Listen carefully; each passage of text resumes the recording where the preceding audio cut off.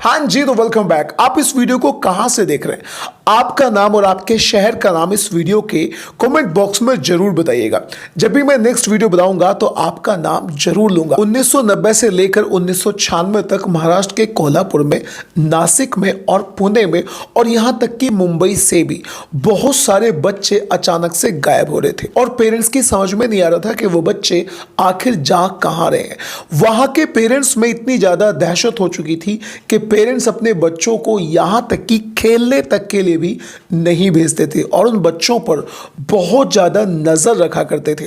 कहीं ना कहीं पेरेंट्स के दिमाग में ये दहशत हुआ करती थी कि कहीं उनका खुद का बच्चा कहीं किडनैप होकर ना चला जाए, यानी कोई उनके बच्चे को किडनैप ना कर ले।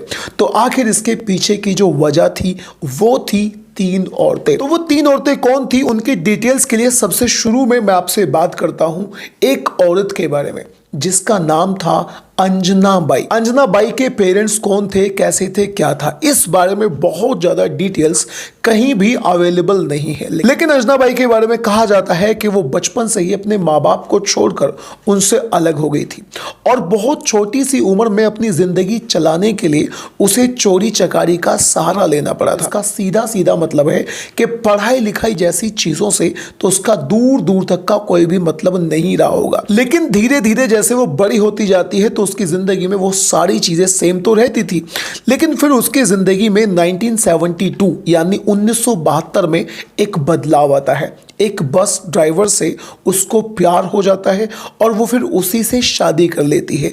उससे शादी करने के बाद वो पुणे में शिफ्ट हो जाती है। अगर बात करें पुणे शहर के बारे में तो उस टाइम से लेकर अभी तक भी पुणे शहर बहुत ज्यादा कॉस्टली सिटी है, यानी एक महंगा शहर है और पुणे जैसे शहर में रहने के लिए आपको खर्चा चलाने के लिए बहुत ज्यादा पैसा खर्च करना पड़ता है। लेकिन अगर बात करें अंजना बाई के बारे में तो वो बचपन से चोरी ही किया करती थी और उसकी ये आदत अभी भी कंटिन्यूसली रूप से चल ही रही थी कि उसे एक बेटी का जन्म होता है। उसकी बेटी का नाम था रेणुका और रेणुका के जन्म के कुछ ही दिन के बाद में उसका जो पति था, जो ड्राइवर था, वो उसे छोड़कर चला जाता है। यहां पर अंजना बाई अपनी छोटी सी बच्ची रेणुका के साथ अकेली रह जाती है। उसके पति के जाने के बाद अपना खर्चा पानी चलाने के लिए अभी भी अंजना बाई के पास केवल एक ही सहारा था और वो था केवल और केवल चोरी करने का। पति के जाने के बाद अब अंजना बाई अपनी छोटी सी बच्ची रेणुका को लेकर चोरी करना शुरू कर देती है। चोरी करने में वो रेणुका का यूज किया करती थी। यूज करने का मतलब है कि जब भी कभी रेणुका को ऐसा लगता था कि वो अब फंसने वाली है, यानी जहां भी चोरी कर रही है वहां पर वो पकड़े जाने वाली है, तो वो अपनी छोटी सी बेटी को आगे करके, यानी कई बार उस छोटी सी बेटी की कसमें खाकर या फिर उसका कैसे भी करके बहाना बनाकर लोगों की सिंपैथी पाकर, लोगों की दया पाकर अपनी जान बचाकर वहां से भाग जाया करती थी। अब अंजना बाई को पूरी तरह से इस बात का पता चल चुका था कि अगर उसके पास में एक छोटा सा बच्चा हो तो उसके साथ में चोरी करना उसके लिए बहुत ज्यादा आसान बन जाए और छोटी सी बच्ची को देखकर लोग उस पर दया करके पैसे भी दे दिया करते थे। अंजना बाई कैसे भी करके अपनी रेणुका नाम की बेटी के साथ अपना जीवन चला रही थी कि उसी बीच उससे एक लड़का और भी शादी कर लेता है। इस बार उसकी शादी हुई थी एक रिटायर्ड सोल्जर से जिसका नाम था मोहन गाविट और मोहन गाविट से भी अंजना को एक बेटी होती है जिसका नाम रखा जाता है सीमा गाविट। अब कहीं ना कहीं अंजना बाई को लगा था कि उसकी जिंदगी में एक परिवार दोबारा से वापस आ चुका है, लेकिन ये जो उसकी खुशी थी वो बहुत ज्यादा छोटे से समय की थी क्योंकि बहुत जल्दी मोहन गाविट भी अंजना बाई को छोड़कर चला जाता है क्योंकि कहीं ना कहीं मोहन गाविट अपनी वाइफ यानी अंजना बाई की कुछ आदतों से परेशान था। अब जैसा कि मैंने आपको बताया कि वो बचपन से ही चोरी करती थी और अपनी बेटी के साथ वो अभी भी चोरी ही कर रही थी, तो उसी चक्कर में कई बार मोहन गाविट के घर में पुलिस का आना जाना बहुत ज्यादा हुआ करता था। उसी बात से तंग होकर मोहन गाविट अपनी उस बेटी को अंजना बाई के पास में ही छोड़कर उसे अकेला छोड़कर दोबारा से चला जाता है। यानी अभी तक अंजना बाई के 2 पति उसे छोड़कर जा चुके थे और अब वो पूरी तरह से अकेली थी अपनी उन दोनों बेटियों को कैसे भी करके पालने के लिए। लेकिन अगर बात करें अंजना बाई की प्लानिंग के बारे में तो अंजना बाई की जो पहली बेटी थी रेणुका वो अब अब बड़ी हो चुकी थी और अब उसके पास छोटी बेटी थी जिसका नाम था सीमा। और अब उसने चोरी करने के लिए सीमा को भी यूज करना शुरू कर दिया था। अब अंजना बाई को इस बात का पता पूरी तरह से चल चुका था कि बड़ों के चोरी करने में और छोटों के चोरी करने में धरती आसमान का अंतर है। अगर छोटा बच्चा कभी चोरी करता पकड़ा भी जाता है तो उसका कोई कुछ नहीं बिगाड़ता, दया करके उसे छोड़ देता है। इसीलिए अंजना बाई ने और रेणुका ने अब अपनी छोटी बेटी यानी अंजना बाई की छोटी बेटी जिसका नाम था सीमा गावित, अब उसे लेकर इन लोगों ने यूज करना शुरू कर दिया चोरी के लिए। यानी अब वो उसे जब भी कभी पकड़े जाते थे तो एक ढाल के रूप में इस्तेमाल करना शुरू कर दिया। अब वो ढाल अपनी छोटी बेटी सीमा को बना दिया करते थे और वहां से कैसे भी करके जान बचाकर भाग जाया करते थे। उनके चोरी करने के जो प्लेसेस होते थे वो हुआ करते थे भीड़ भाड़ वाले मंदिर, रेलवे स्टेशंस या फिर कुछ ऐसी जगह है जहां पर बहुत ज़्यादा भीड़ होती थी। यानी कई बार मार्केट में भीड़ होती थी तो वो वहीं पर जाकर चोरी करना शुरू कर दिया करते थे। अब अंजना बाई की बड़ी बेटी रेणुका काफ़ी बड़ी हो चुकी थी और किरण शिंदे नाम के एक लड़के से उसकी शादी हो जाती है, यानी वो सेटल हो जाती है। अब उसे एक लड़का भी होता है, यानी रेणुका को किरण शिंदे से एक लड़का भी होता है और उस लड़के का नाम रखा जाता है संतोष। धीरे धीरे छोटी बेटी सीमा गावित भी बड़ी होने लगी थी, लेकिन अभी एक ऐसे बच्चे की जरूरत थी जिसे ढाल बनाकर ये यूज कर सके। इसी चक्कर में एक दिन रेणुका ने एक गरीब परिवार में से यानी एक भिखारी का छोटा सा बच्चा उठा लिया था और यहीं से शुरुआत होती है उनकी क्रूरता की। एक ऐसी क्रूरता, एक ऐसी निर्दयता जिसने मां और औरत के रूप को पूरी तरह से बदल कर रख दिया। एक दिन अंजना बाई अपनी दोनों बेटियों के साथ में एक मंदिर में जाती है। मंदिर में जाने का जो उद्देश्य था वो केवल इतना सा था कि ये लोग वहां से चोरी करके आए।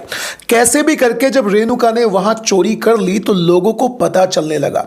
लोगों को धीरे धीरे लगने लगा कि उनकी जेबें और उनके पर्स खाली होते जा रहे हैं। किसी एक व्यक्ति की नजर रेणुका पर पड़ती है जो मंदिर में से दबे पांव बहुत तेज तेज भागने की कोशिश कर रही थी। अब लोगों ने उसे घेर लिया, आजू बाजू में कई सारे लोग इकट्ठे हो गए, लोगों ने उसको घेर लिया और जैसे ही लोग उसे मारने पीटने वाले थे तो उसके साथ में उसी भिखारी का बच्चा था जिस बच्चे को उसने चोरी किया था। तो उसने उस बच्चे को आगे कर दिया, उस बच्चे की कसमें खाने लगी और बोली कि मैं इस बच्चे की कसम खाकर कहती हूं कि मैंने चोरी नहीं करी। अब भीड़ में से कुछ लोगों को यह यकीन होने लगा कि शायद इस मां ने, इस औरत ने चोरी ना करी हो, क्योंकि दुनिया में कोई भी मां अपने बच्चे की झूठी कसम तो बिल्कुल भी नहीं खा सकती। अब इन लोगों को पता चल चुका था कि बच्चों के साथ में चोरी करना बहुत ज्यादा आसान है। इस बात का अंदाजा, यानी इन लोगों की क्रूरता का अंदाजा आप इस बात से लगा सकते हैं कि एक बार चोरी करते हुए अंजना बाई अपनी दोनों बेटियों के साथ पकड़ी जाती है। तो जैसे ही वो लोग पिटने वाले थे तो लोगों की अटेंशन को उन पर से हटाने के लिए अंजना बाई के हाथ में एक छोटा सा बच्चा था। वो बच्चा वही था जिस बच्चे को उन लोगों ने चोरी किया था। उस बच्चे को अंजना बाई बहुत जोर से नीचे फर्श पर पटक कर मार देती है और उसके सर से खून निकलना शुरू हो जाता है। अब आप क्रूरता का अंदाजा लगाइए कि वो बच्चे उनके नहीं थे, इसीलिए वो लोग उन बच्चों को बहुत ज्यादा जोर से फर्श पे भी पटक दिया करते थे। लोगों का ध्यान पूरी तरह से बच्चे पर जाता है और कैसे भी करके वो लोग उन्हें छोड़कर वहां से चले जाते हैं, क्योंकि लोगों को लगता था कि इसके बच्चों को चोट लग चुकी है और उल्टा लोग उसको पैसे दिया करते थे उस बच्चे का इलाज करवाने के लिए। वो बार बार बचते जा रहे थे, लेकिन उनके अंदर का जो गुस्सा था, उनके अंदर की जो घृणा थी लोगों के प्रति, वो बार बार बढ़ती ही जा रही थी। जब ये बच्चा, अंजना बाई जब इस बच्चे को लेकर वापस जा रही थी तो ये बच्चा इंजर्ड था, यानी इसके सर में चोट लगी हुई थी और ये बहुत ज्यादा रोने लगा था। अब इसके रोने की आवाज से अंजना बाई को लगा कि जब ये बच्चा रोएगा तो लोगों का ध्यान अंजना बाई की तरफ आ सकता है। आप उसकी निर्दयता और उसके घिनौनेपन का अंदाजा इस बात से लगा सकते हैं कि अंजना बाई ने उस बच्चे को मारने की ठान ली और उस बच्चे को मारने के लिए अंजना बाई ने उस बच्चे के दोनों पैरों को पकड़ा और उसे हवा में इस तरह से घुमाते हुए एक इलेक्ट्रिक पोल पर पटक पटक कर उसके सिर को मारा। आप जरा इमेजिन करके देखिएगा कि उस बच्चे को कितना ज़्यादा दर्द महसूस हुआ होगा जब उसकी मौत इस अंदाज में निकली थी। अंजना बाई और उसकी दोनों बेटियां बच्चों को चोरी करने में इस बात का बहुत खास तौर पर ध्यान रखा करती थी कि जो बच्चा है वो 1 से 5 साल तक का होना चाहिए, क्योंकि अगर बच्चा बड़ा होगा तो वो उनकी पोल भी खोल सकता है और बड़े बच्चे काफ़ी होशियार होते हैं, वो उनके पास से भाग भी सकते थे और कैसे भी करके उनको नुकसान भी पहुंचा सकते थे। चोरी के पैसे कमाने में अंजना बाई इतनी ज़्यादा पागल हो चुकी थी कि बच्चों को मरता देखकर उस पर जरा सा भी जोर नहीं पड़ता था।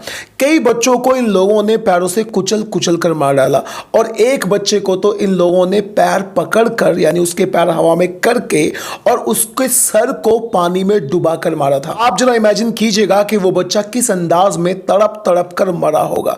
बच्चे तड़पते थे, अंजना बाई और उसकी बेटियां हंसकर इस बात को टाल दिया करती थी, यानी उन पर किसी भी अंदाज में फर्क नहीं पड़ता था। आप उन्हें मां के रूप में एक राक्षसनी कह सकते हैं, क्योंकि कोई भी नॉर्मल लेडी, नॉर्मल मां, नॉर्मल औरत बच्चों के साथ में इस तरह का व्यवहार बिल्कुल भी नहीं करेगी। बच्चों को मारना उनके लिए खूनी खेल जैसा बन चुका था। अब आप उनके खूनी खेल का अंदाजा इस बात से लगा सकते हैं कि उन्होंने 11 महीने की एक भावना नाम की बच्ची को चोरी किया। उसे चोरी करने के बाद में जब उनका काम खत्म हो गया तो उन्होंने उस बच्ची को मार कर अपने साथ में ही एक पॉलिथीन के बैग में डाल लिया।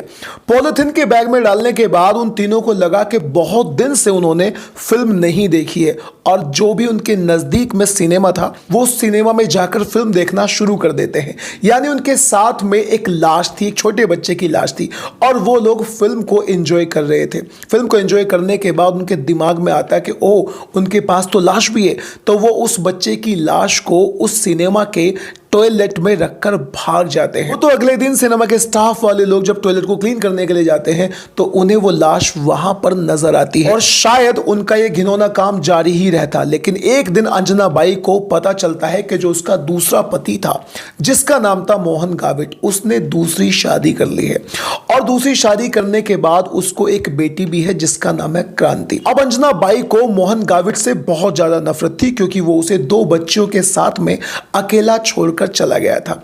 अब इसी नफरत का बदला लेने के लिए, इसी बात का बदला लेने के लिए कि वो उसे छोड़कर गया था, अपनी दोनों बेटियों के साथ मिलकर उसने क्रांति का किडनैप कर लिया और क्रांति का किडनैप करने के बाद उसकी हत्या कर डाली।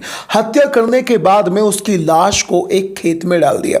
इस बात की भनक मोहन की दूसरी बीवी को लग जाती है और वो सीधा जाकर रिपोर्ट दर्ज कराती है। रिपोर्ट दर्ज होने के बाद पुलिस वाले अंजना बाई की बड़ी बेटी रेणुका शिंदे के पति, जिसका नाम था किरण शिंदे, उसे अरेस्ट कर लेती है और उसके अरेस्ट होते ही दोनों बेटियां रेणुका और सीमा भी तुरंत गिरफ्त में आ जाती हैं और बहुत जल्दी अंजना बाई भी पुलिस की गिरफ्त में आ जाती है। अब पुलिस वाले जब उनसे बातचीत करते हैं तो शुरुआत में वो सारी की सारी टालम टोल करती हैं, लेकिन बहुत जल्दी तीनों माँ बेटियां टूट जाती हैं और उसके बाद वो एक एक करके खुलासा करना शुरू कर देती हैं। सबसे पहले वो बताती हैं कि क्रांति को उन्होंने ही मारा है और एक एक करके सारे राज खुलना शुरू हो जाते हैं।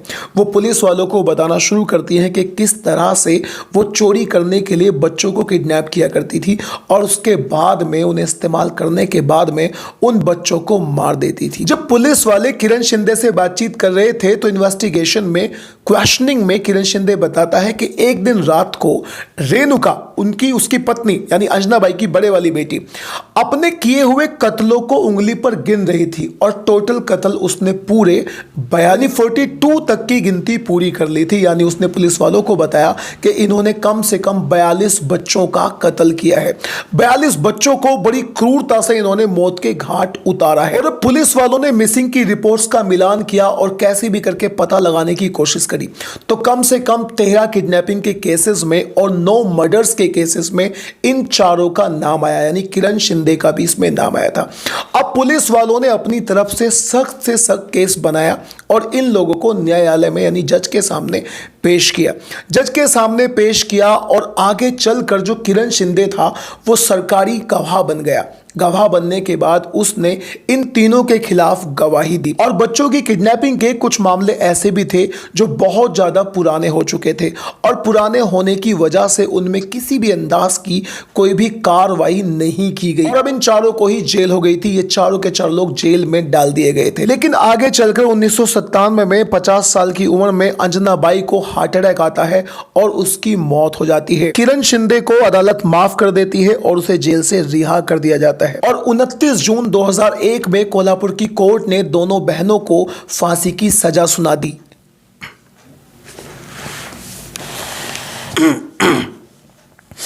और 9 सितंबर 2004 को बॉम्बे हाई कोर्ट ने इनकी सजा को पूरी तरह से बरकरार रखा। ये लोग आगे क्लेम करते हैं, यानी अपनी सजा को कम करवाने की आगे बातचीत करते हैं। 31 अगस्त 2006 में ये मामला सुप्रीम कोर्ट में जाता है, लेकिन इनकी सजा बिल्कुल वही बरकरार रहती है। 14 अगस्त 2014 को राष्ट्रपति से इन दोनों ने दया याचिका भी लगाई, लेकिन राष्ट्रपति ने इनकी दया याचिका को पूरी तरह से खारिज कर दिया। अब 2021 तक इन दोनों को कोई भी सजा नहीं होती। बॉम्बे हाई कोर्ट में ये लोग अपील करते हैं और बोलते हैं कि इनको फांसी की सजा सुना दी गई है, लेकिन अभी तक कोई सजा नहीं मिली, जिसकी वजह से ये लोग रोज ही मरते हैं। इसीलिए बॉम्बे हाई कोर्ट इस बात को ध्यान में रखते हुए इनकी फांसी की सजा को आजीवन कारावास में बदल देता है। फिलहाल ये दोनों बहनें महाराष्ट्र के यरवदा जेल में बंद हैं। अब दोस्तों, इस तरह के क्रूर केस के बारे में आप क्या कहना चाहते हैं? उन दोनों क्रूर बहनों के बारे में, अंजना बाई के बारे में आपकी जो भी राय है, आप अपनी राय को कमेंट बॉक्स में जरूर बताइएगा। और अगर आपको क्राइम स्टोरी सुनना अच्छा लगता है तो do subscribe to this channel.